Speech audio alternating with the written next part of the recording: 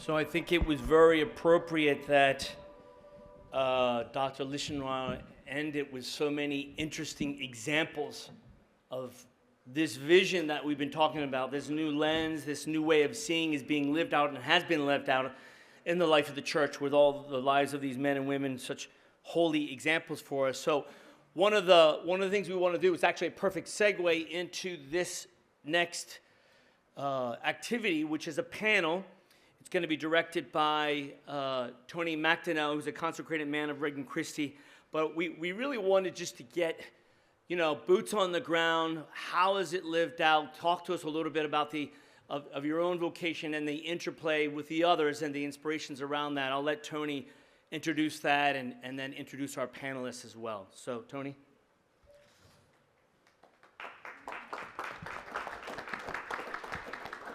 Thank you. So I'm going to let these folks do all the good talking. I'll do a little bit of talking. I haven't done this before, so be patient. We're in this together. The idea is our church is such a mosaic of so many different people with so many different gifts and talents and and a variety of calls. And so I was thinking during Dr.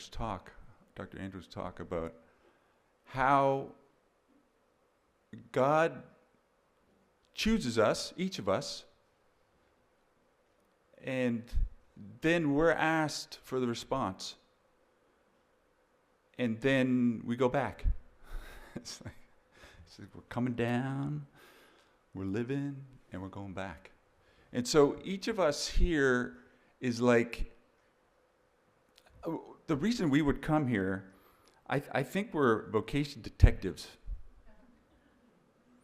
Right? We're here to help the people we encounter figure out what God is asking of them. We're not making a vocation, we're not fabricating vocations, we're not manufacturing vocations. We're just helping people discover what it is that God is asking of them. So this is a little thought that came to me. And so I'll ask everyone here to introduce themselves, where they're from, maybe give us your elevator vocation speech. You got like a minute and 30 seconds. If I do this, that's bad. You guys see it? That's bad. Okay. Okay, we can start here with Brenner. Thank you, Tony. So Brenner Lecomte, I grew up in South Louisiana. So if anyone has seen the show Swamp People before, those are my people. That's where I grew up.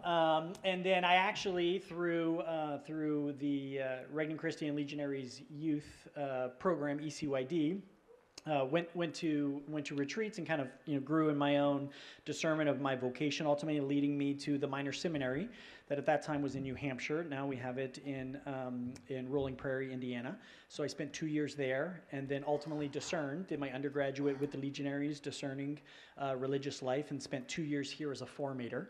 So a little bit of a homecoming here. Ultimately, I discerned married life, and we can talk about that, we'll unpack that, but did my MBA at Fordham in the city, and now live in Stamford, Connecticut with 4 kids. I work for Morgan Stanley in private wealth management, and I'm just really excited to be here with all of you today. Thank you. Hello, everyone. My name is Laura Matthews. I'm a consecrated woman of Regnum Christi. So I don't know how many of you have met a consecrated woman before, but usually people ask, what is that? So happy to answer any questions, but it is an honor to be here. I'm from Indiana, so if he said swamp people, if you've watched the movie Hoosiers or Rudy, those are my people. So I'm one of 12 brothers and sisters, so definitely got to discern married life and family life growing up with so many brothers and sisters and my very holy mom and dad, and ultimately discerned consecrated life in Regnum Christi. I also was part of the youth activities that we have, ECYD in Regnum Christi, and met the consecrated when I was 8 years old, and their witness of joy and love really transformed my heart, and especially their friendship with Jesus and how they introduced me to the Lord. So I was consecrated 19 years ago and have since served in many places throughout the United States. I was in Europe for 8 years in many different countries, and now I'm serving in Atlanta, Georgia. I'm the National Vocations Director for the Consecrated Women in Regnum Christi, so it's a great honor to help other young women discern this call. So that's a little bit about me. Good morning, everyone. Father Jim Sullivan. I may have the closest commute of anyone on this panel. I was born in the next town in Waterbury, so I lived there my life, went to Providence College, Dominican. I see some Dominican friars here. Went to Providence College, and shortly after started a contracting business. So my call is a little different from most. I actually put a $5 ad in the newspaper in this town called the Cheshire Herald. I'm not sure if it still exists. And we got 6 calls from it, and we grew the company to 33 guys.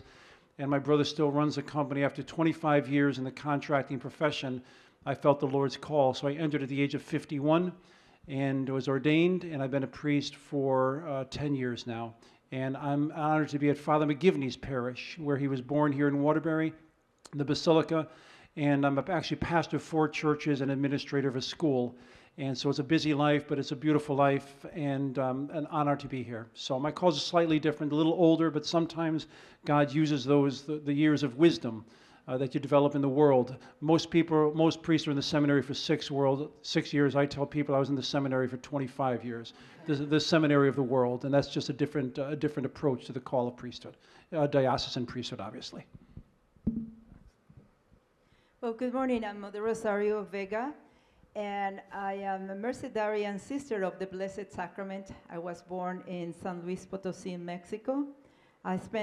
Been here most of my life. I've been in religious life about 52 years or something like that.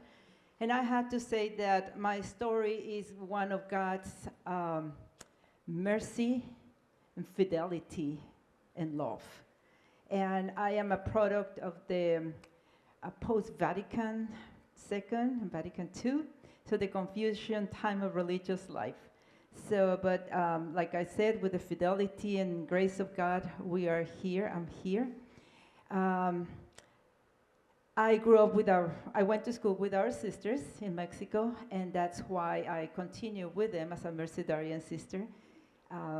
I came to the States, and I'm in Baton Rouge right now. I live in Cleveland, Ohio for 20 years, which I love, and Corpus Christi before in Texas. So now Baton Rouge for 3 years, and I'm happy to be here with you to share. Thank you, sister. So I'll give you a little bit of my story. So I've been consecrated 27 years. From Nova Scotia, Catholic family. Didn't think, love to tell you that I really thought about this when I was a kid, but I did not. My awakening comes with my personal relationship with Christ, beginning while I was working full-time after university and wanting to evangelize. That's all I knew. I just wanted to evangelize. I wanted to share the good news with others. That's all I knew. And people would say, like they did to Andrew, Andrew, do you ever think about being a priest? Because that's the primary category that we have. And so part of the reason we have a panel is to show you that the variety of vocations that are out there. And so I've been consecrated 27 years. I worked in Mission Youth, which is an apostle of Legion of Christ and Regnum Christi. I did formation for them, directing, finding mission sites, et cetera, for 10 years. I worked in forming lay people retreats, spiritual exercises, spiritual direction for a number of years after that. Spent 10 years in the Archdiocese of New York doing formation in 3 different parishes, adult, youth, sacramental prep. And the last 4.5 years I've been at Divine Mercy University, which is a graduate school forming psychologists with an integral formation of the human person point of view, anthropology, psychology, theology, philosophy. And we just started, I'm one of 4. I have a fellow consecrated man with me here, Jorge. He's studying at the Catholic University of America, and we have 2 others. We have a community in Virginia, just recently founded 2 years ago. We have an official house now. And so that's our only house in the United States, actually. So that's a little bit about me. So we've got a few questions here for our panel. So I'm going to ask the first question, and each of you get a few minutes to go, and we'll cruise down the line. So first question, how have you discovered the beauty of what your vocation brings to the church? So maybe we'll go in reverse. We'll start with Mother Rosario. Well, the beauty that my vocation brings to the church, I find it in the pillars of our congregation, which is Mary and the Blessed Sacrament. With the fidelity of Mary and her femininity, we bring that love and maternal love to the children and to the people that we share with and that we talk, especially in schools at this time, because we are educators and evangelization in parishes and schools. So we bring that to our children and to the people, the young people that we share with them, bring the maternal love, because right now that's what they need, that love of the mother. And we bring the maternal love of our Blessed Mother and the redeeming love of the Eucharist too. We bring them to the Blessed Sacrament so they learn to love the Blessed Sacrament, learn to be in love with Jesus also and of our Blessed Mother. The diocesan priesthood, as most of you know, is kind of considered the front lines. Most people grew up in a diocesan parish. Some do grow up like the Dominicans here, St. Mary's in New Haven, or other places, the Franciscans and so on. But my own experience and the experience of most is diocesan priesthood. And again, it's kind of the front lines. We don't live in community, although at the Basilica, next town over in Waterbury, there are 6 priests who live together. There are 2 of us in their 30s, myself in my 60s. We have a priest 81 and 192, and then we have a priest in residence who's in his 50s. So our experience is a little bit different. We are also a basilica. Waterbury at one time was considered the most Catholic city in the country per capita. Obviously, Philadelphia, Chicago, Los Angeles, St. Louis, Baltimore would have many more Catholics than Waterbury, but we were considered the most Catholic city in the United States per capita. At one time, we had 20 Catholic high school, 20 parishes, 10 grade schools, 4 high schools, a hospital. I grew up in the next town thinking everyone in the world was Catholic. I honestly did not know that there was other faiths because everyone I knew was just Catholic. So what do we bring? Well, we probably see the most people. Every Sunday morning, we have about 2,000 throughout the weekend, and you meet them where they are. I compare it to what Christ says in the scriptures, St. Augustine 1,700 years ago, and most recently Pope Francis. They all said it in different ways. We're a field hospital for the sick. St. Augustine compared it to a hotel. We're a hospital for the sick, not a hotel for the healthy. And we meet people where they are. And I think that's a great joy of the diocesan priesthood, that you see people. Most of our ministry, a good bit of it, is just being there. Just as they say, showing up. Sometimes after Mass, you are with people for easily an hour. And they might not remember what you say at the ambo, but they remember that you were there. They don't remember your pastoral techniques, but they remember that you showed up and that you listened. I would say that's the greatest work of the diocesan priesthood. Obviously the Eucharist and the sacraments, of course, that's our biggest ministry. It's constant. We have 51 weddings coming up, which I think there's a resurgence in weddings. But anyway, maybe more for the next question. But anyway, that's the life of a priest, the diocesan priesthood, very different, but right there on the front lines, meeting people where they are. Sometimes people feel that they have to get perfect on the outside before they come to church. It's just the opposite. Come into church to get cleaned and then go out into the world to evangelize. As a consecrated woman of Regnum Christi, I'm part of a society of apostolic life, which is a way of life within the church where our mission is what drives us. So we live in community. We take vows of poverty, chastity, and obedience, and as consecrated women of Regnum Christi, also specific promises of availability and service and communion.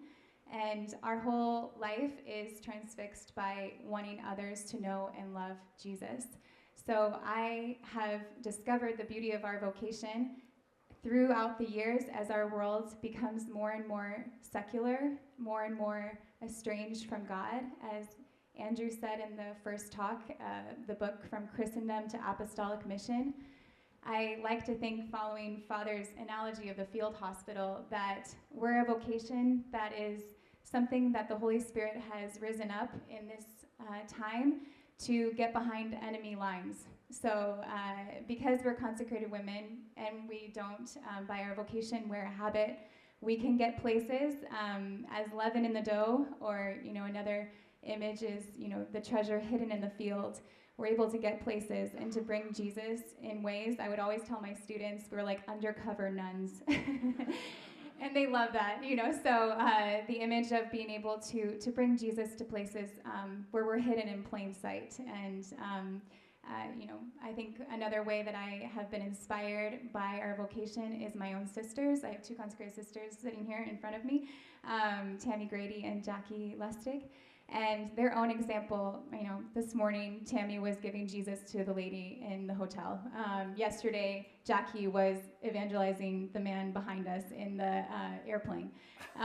So it's the apostolic age, and it's being women that are apostles. And I like to say as well that it's like the quote of St. Augustine, ever ancient and ever new. So it's ever ancient because there's always, since the beginning, women who have followed Jesus, St. Mary Magdalene, the other holy women. And it's ever new because to the very day, December 8th, the closing of the Second Vatican Council, 4 years later, but the very day, December 8th, is when we began in 1969. So the Lord also wanted consecrated women who could be this, sign of the holiness, the universal call to holiness in this time of a post-Vatican council, and to, like Andrew also said, just be able to bring Jesus to a post-Christian age.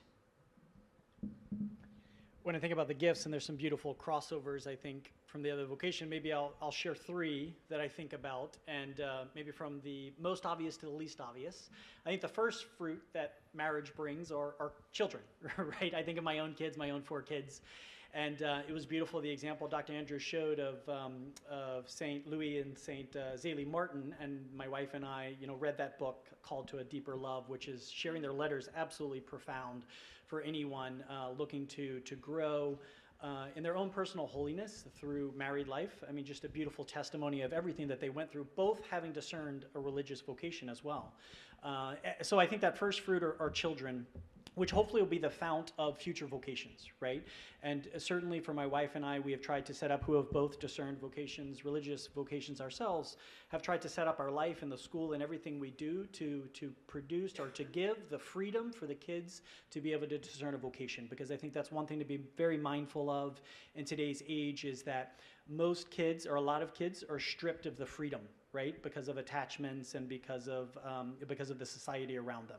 So trying to give them that freedom. So I'd say that's the first fruit our vocation brings as kids. The second one is similar, where I think of it as covert operatives, right? So behind, C.S. Lewis talks a lot about, it's as if we've been dropped behind enemy lines, and we have to do everything we can to prepare the way for the King's return. And I think as lay people, right, in our job, in our schools, in our communities, on the sports field, that's our calling. That's what we're called to live, right? As these operatives that are spreading love, or preparing the ground for the King's return. And then I'll say the final one, also Dr. Andrew mentioned it, the theology of the body, but the family as an icon of the Trinity. That's one thing that I've been profoundly struck by studying John Paul II, is this idea of the husband and the wife giving themselves to each other and then bearing fruit in children is a beautiful testimony, right, of that primordial sacrament. And I think that, as that gets stripped away, as that falls away in our society, it's even more important that we're promoting that so people can see an image of what the Trinity is, lived out practically in daily life. So I'd say those are the 3 gifts. These guys are amazing. I'm just listening. This is great. Beauty for me in the church, I think what I really enjoy is seeing surprise on people's face when I tell them I'm a missionary. I think particularly if I'm in an audience with a group of people that have no idea, because again, like Laura, I'm just dressed like this, and so it's always a bit of a surprise for people to know that lay people are when they're fully dedicated to their faith. And so for me, that's always been the greatest thing, even in the churches. When I worked in New York in the various parishes for so many years, people, I'm consecrated. I have vows of poverty, chastity, obedience, and I do this. I'm dedicated to church full time. This is what I do. And so, how's your wife? It's like, it's like, what? I just told you, but how are the kids? Like, I would still, after years, I would send out emails every week, and I'd send them out to the parents. This is what's coming up this week, and hey, God bless the kids, like from the parents of the children in the program. So you just roll with it. You just whatever, because you're just trying to communicate God to people and enjoying it as you go along. So let's go to another question here and see how we do. 1 second. As you were discerning your vocation, what attracted you to your current vocation? I'll leave it right there, and maybe we'll start with. Let's start with Brenner. Well, obviously, I guess the first thing would be my wife, right? She attracted me, but. Good answer. But let's go a little bit deeper and unpack it. And maybe I'll share that, when I had a young age, and hopefully this will be helpful for all of us working in the field of vocations and promoting vocations. But, definitely through all of my experience of seeing the work, in particular the Legionaries and of my parish priests, inspired me to want to do something with my life, right? To do something of giving to others. But it came at a certain moment, right? And I think that's one thing to always remember, is that vocation is always the fruit of God's work first. So the importance of prayer and a vocation.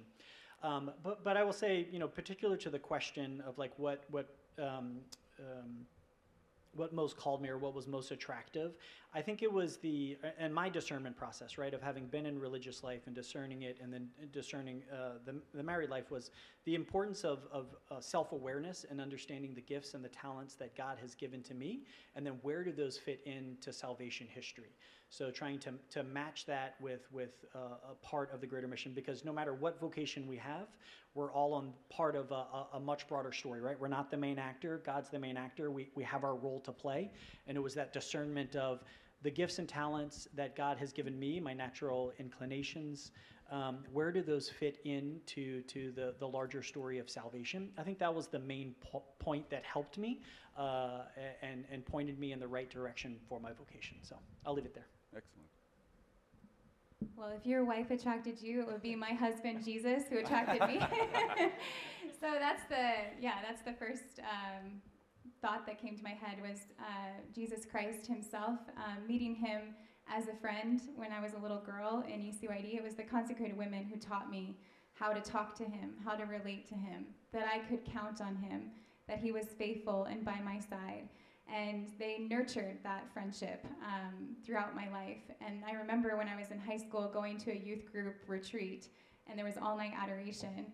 And I was so excited. I took a little red notebook with me, and I was so excited to write notes to Jesus, because that's what I was taught to do since I was a little girl. And all the other high schoolers are like, what? Like, you write to him? And I'm like, yeah, who? Like, don't you know Jesus? So realizing that was a gift, meeting him as a real living person, and that Christ-centeredness is something that deeply attracted me to the consecrated women. They spoke of him not as one who existed 2,000 years ago, but a living, breathing person by their side, God with us. So that was, I think, the first thing that attracted to me to the consecrated women, was how they spoke of Jesus Christ, and then also their joy, their great joy, and in the midst of trial and all kinds of circumstances, I was attracted to that joy, and I think it's Pope Francis that says joy is a net that helps to catch the fish for the Lord. So I think the joy of the Lord and the Christ-centeredness were two things that deeply attracted me and helped me in my own discernment towards consecrated life in Regnum Christi. I think, like the others on the panel, I too grew up in a very Catholic setting. I'm the second of six. My father was from Ireland, grew up on a farm, very devoted. But I think it's also important to note that I think especially today, we're finding young people interested in religious life, certainly in the Archdiocese of Hartford, who did not grow up in that setting because their parents were products of the 70s, 80s, 90s, or whatever. And so very often today, as we all know, it's the young people who are bringing their parents to a life of faith. So I don't think that's the situation for any of us here, but I bet there's some here in the audience today for whom that is your experience. You grew up in a family that perhaps was not very devout, and you found it, whether it be in college or afterwards, or listening to a talk or going to a conference, or with all the social media today, and all of a sudden there was a springboard for the rest of your life spiritually. So my first thought of priesthood, and I grew up with two aunts who were missionary nuns to Australia at the age of 17 and 15, left Ireland on a boat. And perhaps we're talking about the 1930s, perhaps never to see them again. And my uncle from Waterbury, Father Jack McMahon, as I mentioned, or I didn't mention, he was one of the vice presidents at Providence College. So I had this whole atmosphere of Catholicism, and church was very important. But no notion of becoming a priest, wanting, like most guys, thinking marriage, but and just not that that didn't work out, it's just in the Lord's time. And so my first thought of priesthood was the age of 19, the sophomore year at Providence College, and thinking about the Dominican order because my uncle was, and no, I kind of just knew that wasn't. And then started the contracting business. Spur of the moment. It's funny how God works. It was a Saturday morning. I remember my brother and I were having a bowl of Cheerios. Isn't that funny? You remember those little stupid details. And I just said to John on a Saturday morning, spur of the moment whim, I said, John, what do you think about starting a contracting business? And with no exaggeration, he looked up at me, 5 seconds. He said,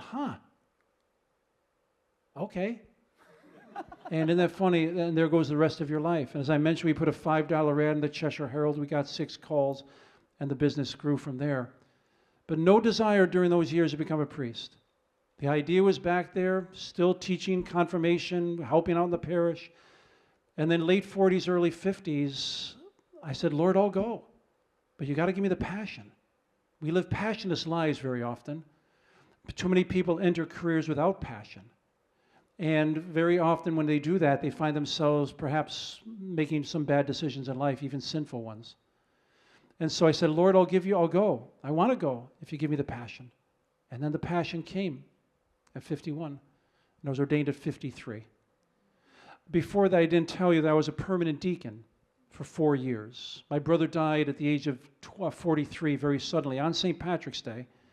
And so that makes you think of life a little differently. Before you know it, I was in the seminary for diaconate, became a permanent deacon, and thought that was the best vocation in the world. Being a deacon and being in the world, owning and operating a business. And I remember one day, Father Tiano, a diocesan priest from Hartford, he was celebrating Mass and I was his deacon, and as he held up the Eucharist, I said, no, it's not for me. Thank you, Lord, for my vocation. And just a couple years later, the desire came. I tell people I knew I would love being a priest. I did not know I would love it this much. For those who are called, it is absolutely beautiful. I've said to a number of people, I'm surprised that there's not a line at the door, waiting in line, knocking on the door for this beautiful vocation, if you're called. Marriage is a wonderful vocation, if you're called. There's a big difference between being alone and being lonely. We can be alone and not lonely. We can be with people and be very lonely. Anyway, that's more, I guess, on the next question. But whatever we do, I'd say it has to be done with great passion. And when that comes, it exudes joy and attracts others. Absolutely. Well, when I was thinking about joining the convent, I was not a stereotype of girl. I would say that was not for me. I was very happy, joyful, outgoing.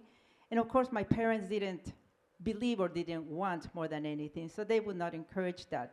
They were not they were Catholic, but not practicing. And they sent us all, we were 5 siblings, sent us all to Catholic school so we could learn religion, what they would not teach us. So I was there with the sisters. The sisters really attracted me. But they were very friendly, very outgoing, they would play, they would laugh, talk, and all that. So they were kind of normal people. So, I mean, I like that. We were friends, even though I was in the school. So then at one point, after in high school, the sister that taught religion put some music. And it was a song of the fishermen, but it was fishing people. So I just pay attention to those words, and I thought, that's different. So, and then she said, so any of you interested in religious life, just talk to me, and I can help you and all that. And she left. So I thought, I ran after her. So I said, sister, what you were talking about in class right now, I really like that. I mean, so she looked at me like saying, I mean, it wasn't so much for you. Because at one point I was on a blacklist in the office for, I mean, you know how exaggerated they are, no? Anything you do, they put you on the list and that's it. So I said, well, no, yes, I do think about that. And she said, but you need to have permission from your parents. Oh, that would not be a problem. You will need to do this and that, and I'll get all that. But you need to finish. I was starting my first year of bilingual secretary. I said, yeah, I'll finish, okay. So I said, well, that wasn't too bad. But to me, discerning wasn't as I hear now, the girls discerning and going to discernment conferences and retreats and going to different congregations. I think my life is simple. My discernment was, if I don't like it, I come back. I'll just go and see what's all about. No? I saw them living as a family. And I love my family. We live as a family. They prayed together. They ate together. They worked out together. So I said, I like that. Let's say other different kind of sisters. Let's see how they are. And it was a beautiful experience. But then there was a time also that I said, well, we started with all the changes in religious life and everything. We started a little bit of living a life of lukewarm. And watching TV, coming back from school, and every day we have adoration, we have our prayers, and we will have minimum time for adoration, for prayers, and for all that. But because the programs, the TV, was going to start also, so we needed to be there. And if we couldn't be there, then we'll record it, so later on we'll watch. And I mean, different music and things that, at one point, one of my sisters and I said, well, we were having so much fun, huh? But are you happy with all this? I just feel kind of empty. And I said, well, really, it's not what we learn in the novitiate, it's not what we started living. So we don't know what's really happening. And at that time also, it was more or less about 1997, we moved to receive the obedience to Cleveland, Ohio, which I would say that was a conversion time because our brothers, Mercedarian, lived there and invited us to prayer and to have adoration with them too, and with the children. But as I was principal, I was very busy. So I would stay in the office because I had too much work and I cannot go to pray at this time. And they need me, so I need to be here. I cannot. So little by little, I started just feeling empty. And my sister and I, at that time, we were the youngest in our region. So you can imagine, 10 years ago, we said, well, I wonder why we are not getting more vocations. So I think we need to do something about it. There are new congregations. There are others that there are vocations here, because usually Mexico or El Salvador would send sisters to us. But then at that time they said, we're not going to send anymore. They need to go to other places. So we said, well, it's us, and we are the youngest, and we were in the regional council too. So we said, I guess we need to do something. So we took our constitutions, and we started looking at what do we need to do. I guess that's part of another question, maybe. But also, we look at probably during this time of Lent and time of Advent, we started to, okay, let's have 15 more minutes of adoration time. And then 15 more. So we now have an hour of adoration. And our prayer time, we extended our prayer. We started now doing what our constitutions ask us, because we were putting it aside and doing the minimum and not looking at that, living as to, well, I was doing more than being there for others. So that's what I said, that is the fidelity, love, and mercy of God that we are here, or that I am here. Thank you for your honesty. That's excellent, thank you. I would say, for me personally, I just wanted to evangelize. Once the light was switched on for me, it was like evangelize head on, just take it wherever it happens, doesn't matter. And when, if you've experienced an adult conversion, and you have a lot of zeal, sometimes you can go overboard. Does that ever happen to anybody here? With your own family in particular? I'm gonna get them. So I just, an evangelist at heart. I love to share the good news with others. So that for me, and when I met Regnum Christi and the Legion of Christ for the first time, there was a match. It just fit. And I think anyone here who has a vocation, whether it's married or consecrated life or priesthood, that there's a match. There's something there in terms of that interiorly, the interior life. And that was the hardest, like once you recognize that, then you got to match your will to go there, right? Am I ready to do this, you know? And so that was the hardest part, because I didn't want to go there. But with all of us, again, once you get through that kind of like, my emotions aren't here, my psychology isn't here, but God is here. He's trying to make it happen. So let's go for another question, and then I want the audience to think about if there's any questions out there or a comment you want to make or for any of our panelists, feel free to do so. Okay, so let's try this one. How have you brought others to consider the essence or the essence of your own vocation? How do you share that with other people who may be discerning it or just want to understand it better? And I'm going to go, Laura. I knew you were going to, I was like, okay, come Holy Spirit. So how do I share the essence? Well, basically, women in love with Jesus is the essence, and the ones who leave everything behind to follow him. And I think the way I like to explain it as well is, so I taught in schools for 12 years, so sometimes I think in literary terms. So I don't know if anyone knows Lord of the Rings, but I often go to that we're the hobbits of the vocation world. So we're very small, often hidden, and very, like you were saying, Tony, what are you? You're not a husband, you're not a father, you're not a priest. So sometimes I use that analogy as well to explain our vocation.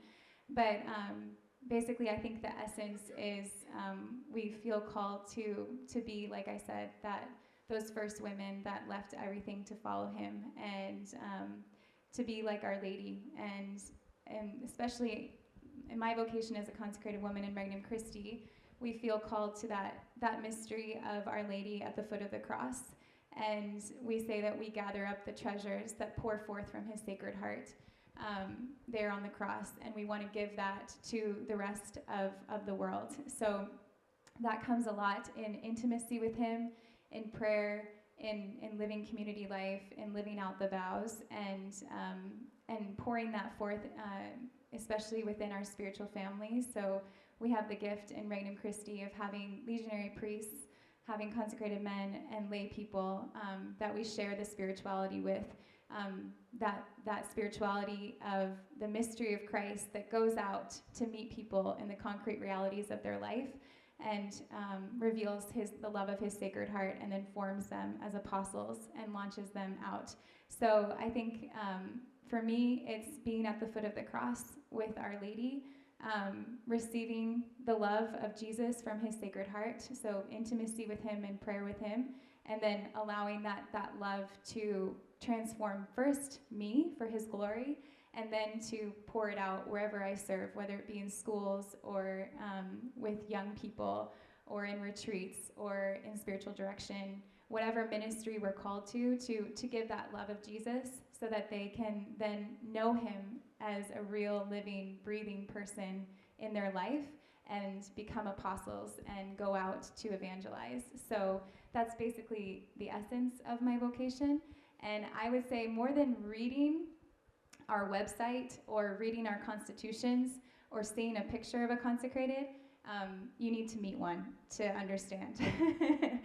So in order to understand, you need to meet a consecrated. And I would say to really get the essence of the consecrated, you need to meet us together, because that's the fullness of our vocation, is women who feel called to leave everything behind for him in love, to live in community, and to go forth as apostles to help others to know and love him.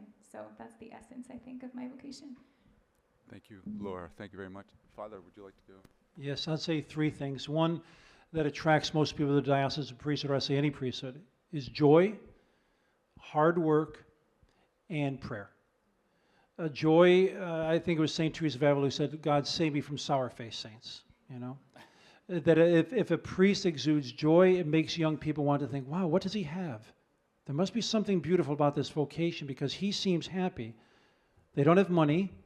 They don't have children. They don't have an extended family, really.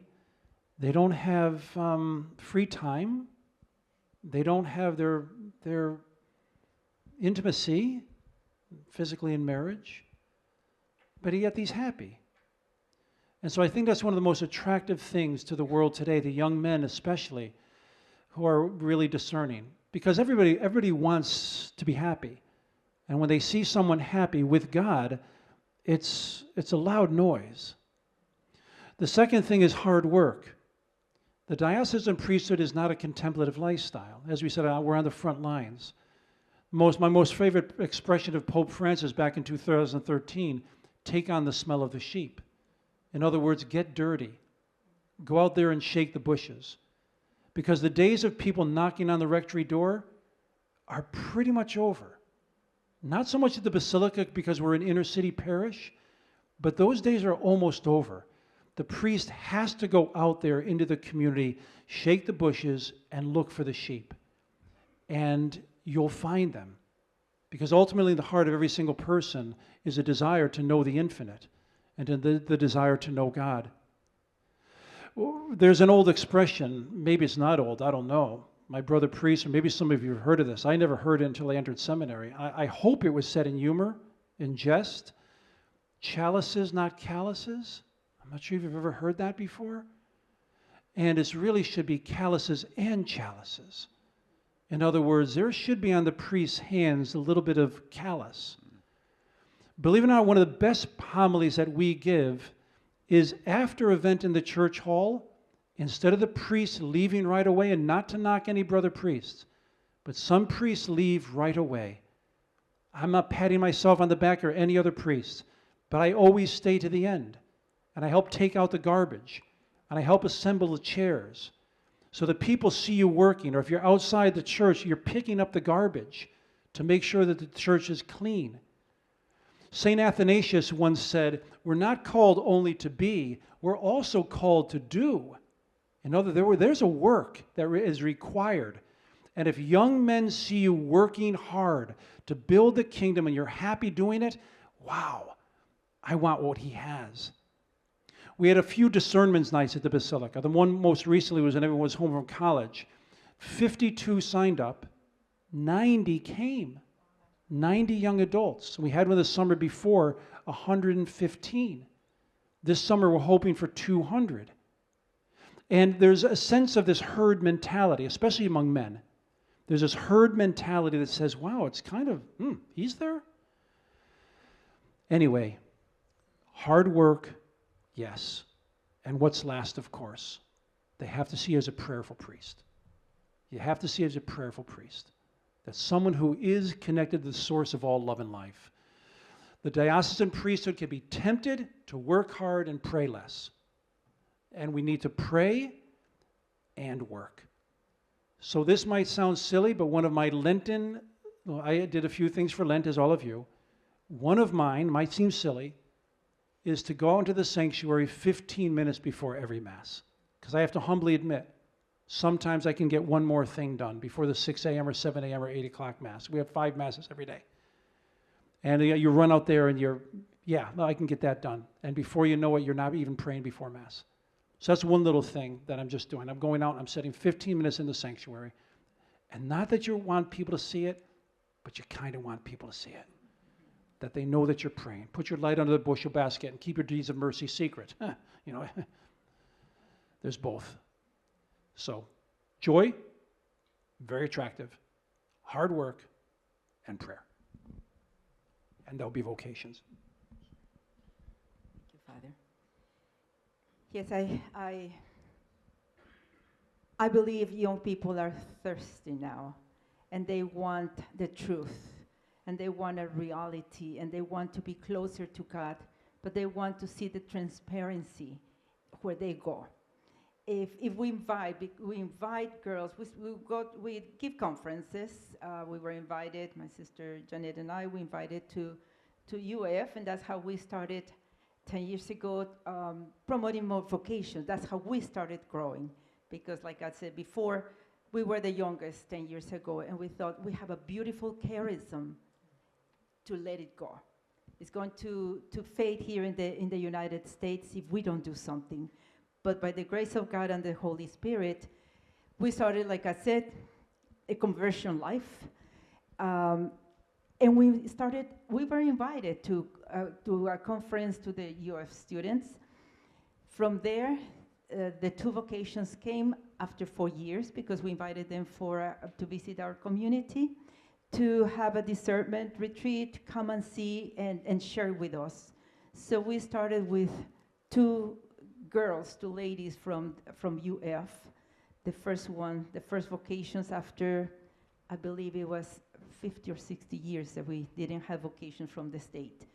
So by the grace of God, God wants our charism to continue here. But what they say, and as Sister Trinity said, there is a product of this new time. What they see is the family atmosphere that we have. And that we have our prayer time, we have our adoration time, that when we come to school, we have our Mass and Lectio before we go to school. We go and receive everything that the children or families have, and at the end, we come back to see the Blessed Sacrament, bring everything that our children, our families have, and put it at the foot of the cross to Jesus. So that is something that also the new generations see, and they want to do that. Go, be the disciple, and bring it back to Jesus, what the people are suffering at this time. That's what they want also. Transparency, that what we are talking about, that's what we are doing. That's what is happening behind the doors in the convent. But also want to do. So we are since we are educators also, the novices, the second year or postulants start getting their feet wet maybe once a month. We also have them, we offer nights of adoration once a month. So we invite people to come, and little by little it has grown. Not perhaps 50 a night or something like that, but it's something. So we offer adoration and confession and prayer. So after that, we have some refreshments and get to know a little better. But the vocations like that. They like to see that in our congregation, that family lifestyle, and that, yes, we don't have anything, that we are living different from what they lived before. They don't want to continue living their life that they left. It is total transformation in their lives. I'll just say specifically, how do we share our vocation? One is through the pre-Cana course that the Legionaries have one in Rye, 3 to Get Married. So we've been doing that for the last 15 years, just helping couples as they come in prepare for marriage over that weekend. And I would say the second thing kind of ongoing is just inviting couples into our family life, right? I mean, the culture is, it's, you know, you have the rise of things like the dinks, right? Dual income, no kids. It's like as like a lifestyle, right? I mean, just it's kind of crazy where like marriage is and how selfish people have become, and just inviting them in, just building friendships, natural friendships, right? Having people over, showing them that, listen, being open to life and making sacrifices so kids can get into, you know, a school that's going to promote vocations and promote their well-being is worth it, right? And as Father mentioned, showing that you know, doing that joyfully and happily. But, you know, at the root of it all, it really is, as was shared here, I think, going ever deeper in our own relationship with Christ, because that is the fruit of all happiness, of all self-giving, and that's what comes across. You can't fake that. So I think the biggest thing is trying to deepen in our own path of holiness, and then inviting other people to experience that with us. Excellent. Thank you all very much for those answers. Anyone have a question out there? Something burning inside of you? Yes.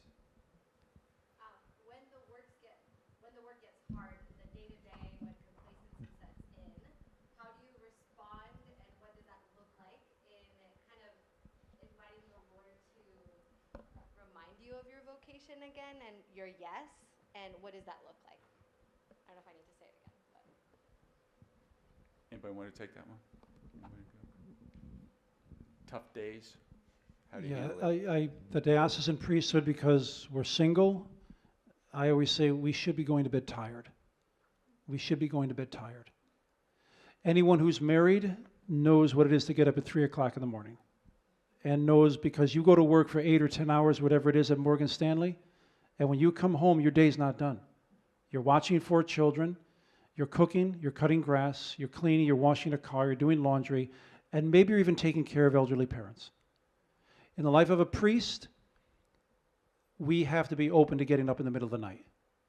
So we're a parent in a different way. So we should be going to bed tired. If a priest is not going to bed tired, I honestly think, not that it's all about work. There has to be prayer, there has to be relaxation, there has to be enjoyment, of course. All those things nurture the soul. But depending on your vocation, the diocesan priesthood, as I said, is the front lines, we should be tired at the end of the day. We should be spending ourselves, what I call emptying the tank. And I don't want to make it seem like it's all work and no play. It's not. There's a joy, but we will also get fed in the giving. I heard the first part of your question that had to do with work and tiredness and all of that. So that would be my answer to that. I think we have a responsibility to work for the building of the kingdom and not taking care of what I call the 4 poisonous words of the spiritual life: I, me, mine, and my. Because if it's about me, it's not about God. And if it's about me, it's not about others. So once we put ourselves first, we're putting someone else in second. And we put others first and ourselves second. That is attractive, and it builds the city of God. I would say my answer would be you. You as, you know, all of you are what helps me to get over complacency or tiredness. That normally comes as a fruit of looking at me, myself, and I. So I think putting myself in front of God's people, of my spiritual children, is what snaps me out of any kind of, just self-loathing or just, you know, worrying about if I'm tired or not. So I would say for me, it's a lot of spiritual motherhood is what gets me through, and also the Mass, the daily Mass.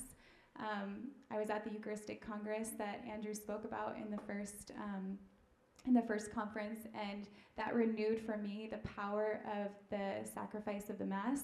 And I try to live the Mass very united to Jesus, my spouse. And when the priest says, "This is my body given up for you," I want my consecrated, like the consecrated host, I want my consecrated body to be given up and to be broken. And I always just ask God to give me the grace to be blessed, well, taken, blessed, broken, and given. And if I feel broken, I know that's all part of the paschal mystery of my life as a consecrated woman, that I'm called to be just like the consecrated host and to feed Christ's people. So that's what helps me.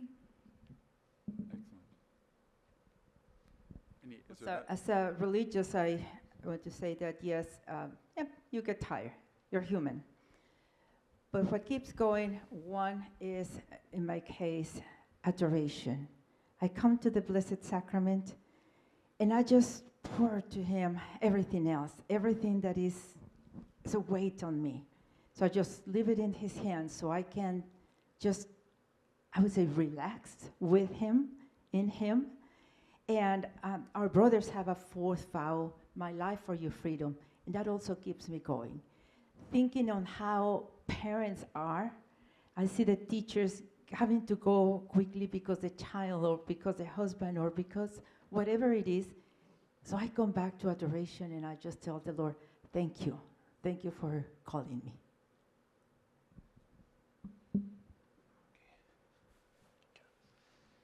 First of all, thank you so much for your responses and your testimony.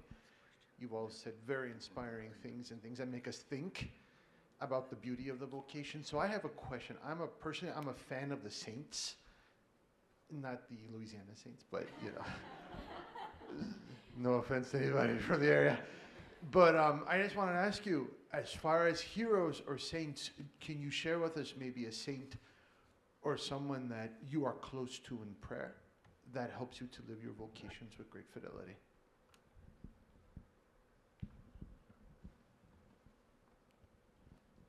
Well, to me has been Teresa of Avila, because of her conversion also and the zeal that she had to bring her congregation to life, to renew, to love our Lord the way it is with that strength, no matter what is, because everywhere, like in her congregation, she had, of course, some sisters that did not agree with any changes, especially when you go to the root of what your congregation started. So that has been an inspiration in our case, because, or in my case, because of the strength, and she did not allow anything else to break her down. On the contrary, the more she received negatives, the more she advanced. So she has, I continue asking her, reading and listening to what she did and how she did it, and not just knowing that it's our Lord who is talking through her, so then giving the strength to continue bringing our congregation to where the Lord wants us to be, and to expand it throughout the world, because the charism is just so beautiful to bring Jesus to the entire world, especially children and youth, to know the Blessed Sacrament, to know Him in the Blessed Sacrament and Mama Mary. And I would say that our habit is a reminder of the Eucharist. That's why Mother Foundress chose this color, I would say. With a name like Sullivan, it won't surprise you that my favorite male saint is St. Patrick from Ireland. Passionate, loved, hardworking, just prayerful, just and apparently a very attractive personality that just drew so many people. My favorite female saint, you may or may not have heard of her. I believe she was the only one canonized during the pandemic. Her name is Margaret of Castello, 1300s. She's been a favorite of mine since she was a Dominican Third Order since the 1990s. I have a first-class relic of her, even though her body's incorrupt. And she was born hunchback, crippled, deformed, stunted growth, and they say, it's a word I don't like to use, but they say she was horribly ugly, her face facially deformed. And miracle after miracle after miracle happened through her intercession on earth and continues afterwards. So you might want to look her up. She's considered the patron of the homeless and the unwanted, and that's very much common today, especially in the pro-life circles. But she was a great inspiration to me, and those are my two favorites. That's a hard question because I thought of when I was a little girl picking a confirmation saint. I had 52 saints on my list. And I felt like I was betraying my best friends not to choose all of them. But that would be a lot for a bishop to say all those names. But for me, I feel very close to the Carmelite saints, St. Therese, St. Elizabeth of the Trinity, St. John of the Cross, because there's something about the Carmelite spirituality and that hiddenness that I feel very attracted to, as my vocation is very hidden, and that intimacy with Jesus.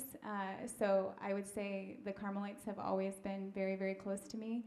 John Paul II, I got to shake his hand when I was 10 years old, and in 1998 in the gathering of movements in the Year of the Holy Spirit before preparing for the Great Jubilee. And I believe that I always say that he was the one that helped plant the seed of my vocation. And on that occasion, he said, if you are what you should be, you will set the world ablaze. And he was quoting St. Catherine of Siena. But that just hit my heart. And as a little 10-year-old girl, I was like, what am I doing with my life? So I need to get my act together, and then finally, St. Joan of Arc is my girl.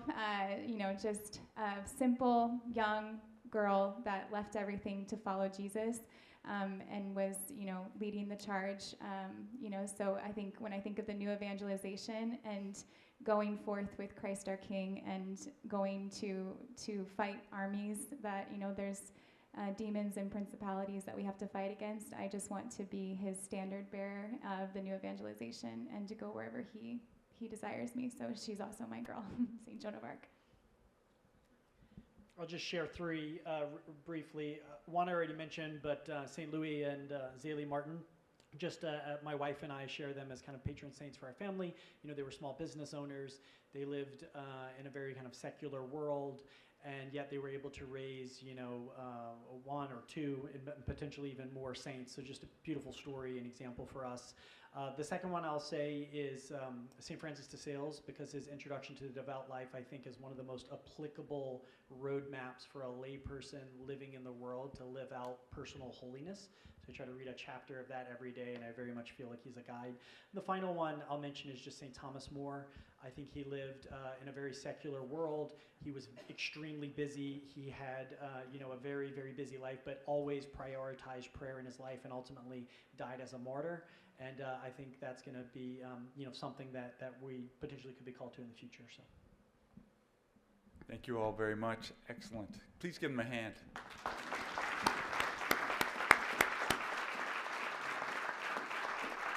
Great job, really. I would say John the Baptist for me. I was born on his birthday, so I share that with him. My name is John Anthony, just to, it all fits in. But Herald of the Gospel, it's very important for me. And Paul, because he was all over the place sharing the good news wherever he could, with anybody who would listen. So, all right. Thank you all very much, and thank you for listening. And Father's going to give us a few closing words. So can I invite everyone just to take out your schedules? Just want to run through this afternoon. I want to thank the panelists as well. Awesome, amazing insights. So inspiring. So we're going to go from here. We have essentially a 30-minute break before lunch. We're going to gather at 12:50 in the main chapel. So if you were coming through the front doors, right to the right. 12:45. 12:45. Thank you. So 30 minutes, we'll have that. Then we're going to come, if you come out of the chapel and go right, or if you're coming through the front doors, you're going to go all the way down the hall to the right. We were there last night, for some of us. It's our main dining room for lunch. And then we'll probably be there 40 to 45 minutes to an hour, and then we'll have a bit of a break, and then we'll be back here at 2:30 for Stephen Minnis, the president of Benedictine College keynote. So I just want two other things, if I might, just to mention, that at 6 p.m. every night, we're hoping to upload all of the PowerPoints. So if you want to go onto the National Vocations Summit site, you will find those resources there after 6 every night. That's the plan, at least right now.